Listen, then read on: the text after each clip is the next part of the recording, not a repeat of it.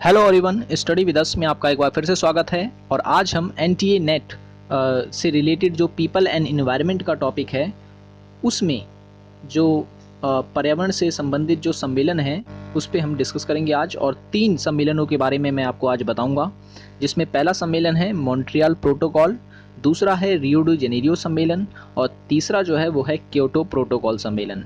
अगर आपने पहले भी नेट का एग्ज़ाम दिया होगा तो आपको पता होगा कि यहाँ इन 3 सम्मेलनों से हमेशा सवाल पूछे जाते रहे हैं।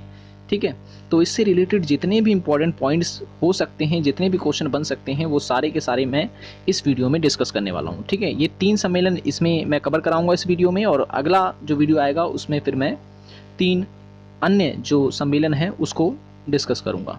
तो वीडियो को एंड तक जरूर देखें, और वीडियो पसंद आए तो लाइक करें, और चैनल को सब्सक्राइब नहीं किया तो जरूर कर लें। और अगर आप हमारी पहले की वीडियोस देखना चाहते हैं तो लिंक मैंने डिस्क्रिप्शन में दे दिया है, आप पहले की भी हमारी वीडियोस देख सकते हैं। तो चलिए शुरू करते हैं मॉन्ट्रियल प्रोटोकॉल।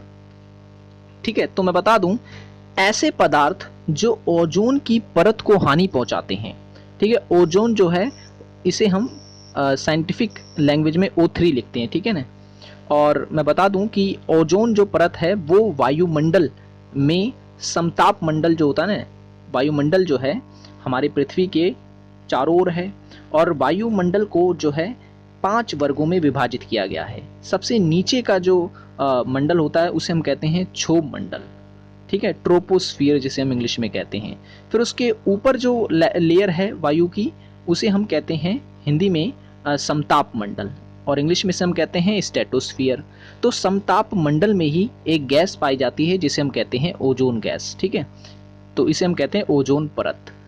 तो मैं बता दूं कि जो सूरज होता है, जो सूर्य से किरणें निकलती हैं ना, जिसे हम कहते हैं पराबैंगनी किरणें, ये किरणें जब पृथ्वी पर आती हैं तो ये ओजोन जो गैस होती है ये उन किरणों को छानती है। ठीक है, और फिर जो है पृथ्वी पर भेजती है। तो हम कह सकते हैं कि ये जो ओजोन गैस होती है ये काफ़ी महत्वपूर्ण भूमिका अदा करती है।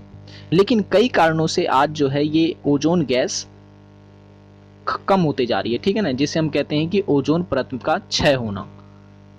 ठीक है ना, तो उसी से संबंधित था ये मॉन्ट्रियल प्रोटोकॉल। क्वेश्चन पूछा गया था नेट के एग्जाम में कि मॉन्ट्रियल प्रोटोकॉल जो है वो किससे संबंधित है, ओजोन परत में छेद से संबंधित है, या फिर ग्रीन हाउस इफेक्ट से संबंधित है, वायु प्रदूषण से संबंधित, ऐसे करके जो है ऑप्शन दिए गए थे। तो उसका सही आंसर था मॉन्ट्रियल प्रोटोकॉल से संबंधित है। ठीक है, सॉरी, मॉन्ट्रियल प्रोटोकॉल जो है वो ओजोन परत के क्षय से संबंधित है। ठीक है, तो ओजोन परत को हानि पहुंचाते हैं के बारे में चर्चा करने के लिए जो है ये मॉन्ट्रियल प्रोटोकॉल जो है किया गया था 1987 में। डेट आपको याद रखनी है, 1987 में। तो कनाडा का एक शहर है मॉन्ट्रियल। ठीक है ना, मॉन्ट्रियल जो शहर है वो कहाँ का है, कनाडा का है। तो इस शहर में ही एक अंतर्राष्ट्रीय सम्मेलन का आयोजन किया गया।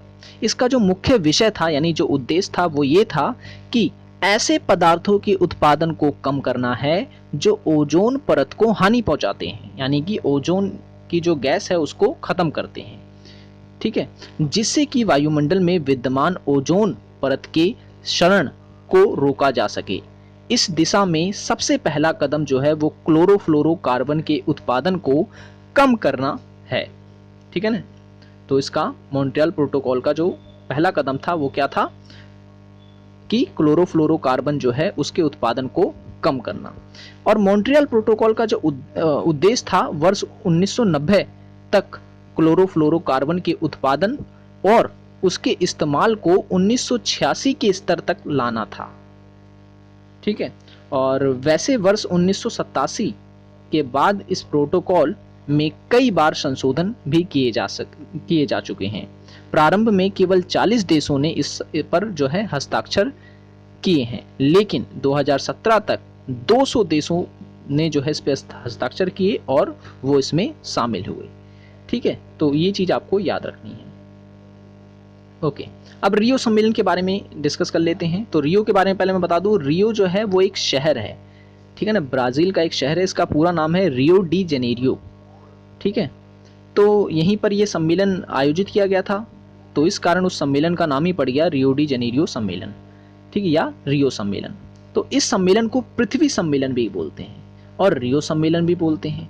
ठीक है, ये चीज याद रखना आपको। आपसे क्वेश्चन पूछा जा सकता है कि रियो सम्मेलन को और किस नाम से जाना जाता है। ठीक है, तो विश्व पृथ्वी सम्मेलन के नाम से भी जाना जाता है, और रियो सम्मेलन के नाम से भी जाना जाता है, और एजेंडा 21 के नाम से भी जाना जाता है। ठीक है, ये भी आपको याद रखना है।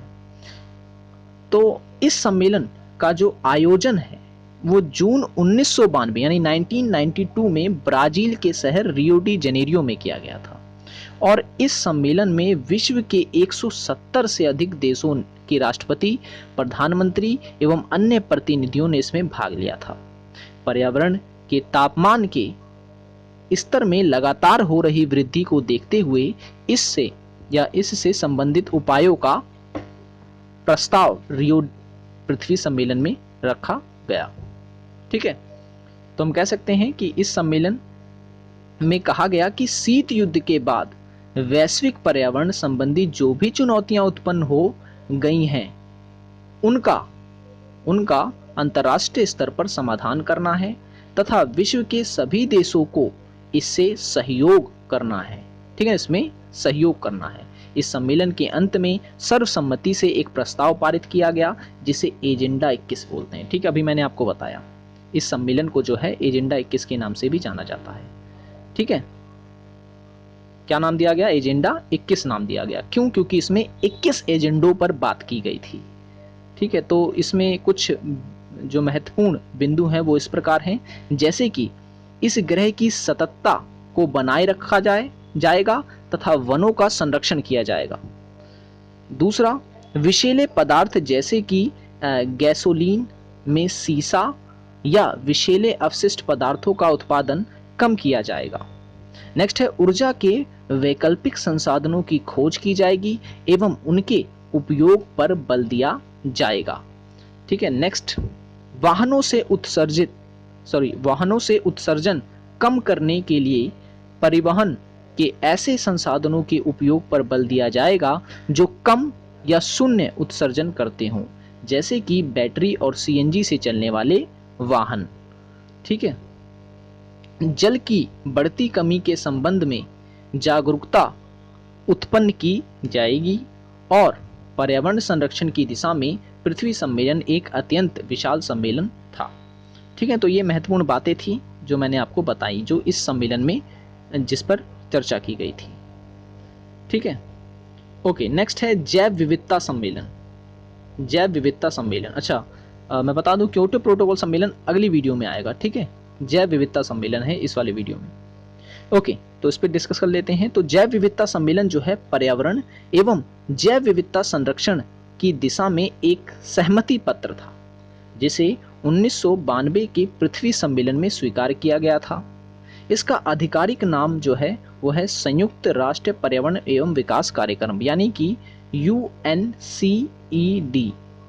ठीक है, इसके क्या है? इसका 3 मुख्य उद्देश्य थे।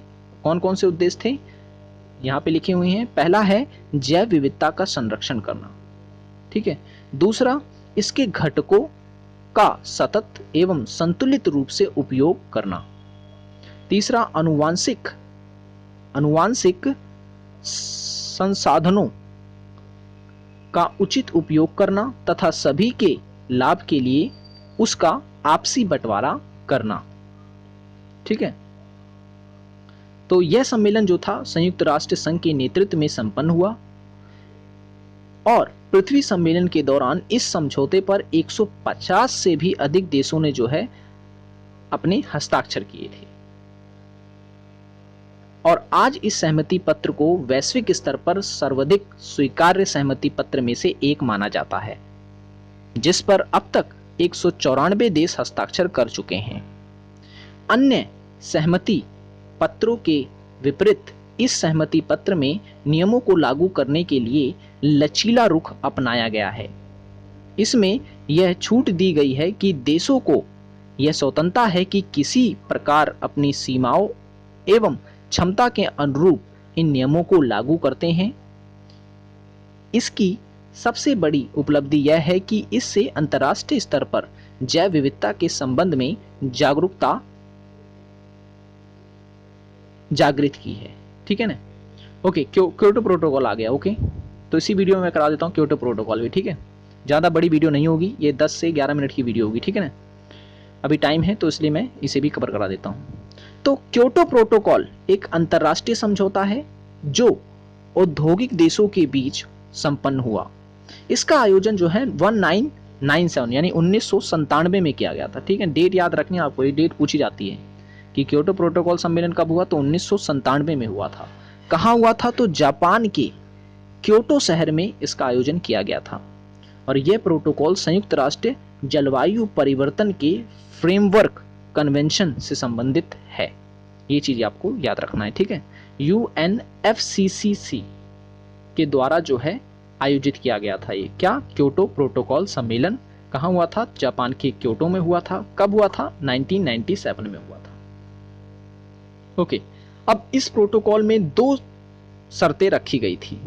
पहली क्या थी, इस पर कम से कम 55 देशों के हस्ताक्षर होने चाहिए तथा जो देश इस पर हस्ताक्षर करेगा वे विश्व के कुल उत्सर्जन के 55% के भागीदार होने चाहिए, ठीक है। मई 2002 में आइसलैंड के हस्ताक्षर करने से इसकी पहली शर्त पूरी हो गई तथा नवंबर 2004 में रूस के हस्ताक्षर करने से इसकी दूसरी शर्त भी पूरी हो गई। इसके पश्चात 16 फरवरी 2005 में यह प्रोटोकॉल लागू हो गया।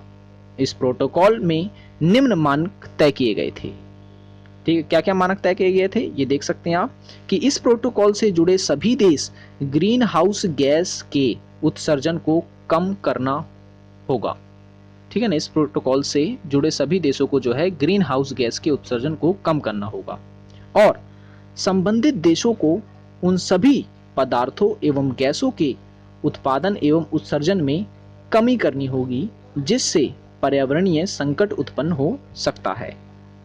नेक्स्ट है ग्रीन ग्रह प्रभाव यानी ग्रीन हाउस इफेक्ट वाली गैसों के उत्पादन में कमी की मुख्य जिम्मेदारी विकसित देशों पर होगी क्योंकि इसका अधिकांश उत्सर्जन इन्हीं देशों के द्वारा किया जाता है।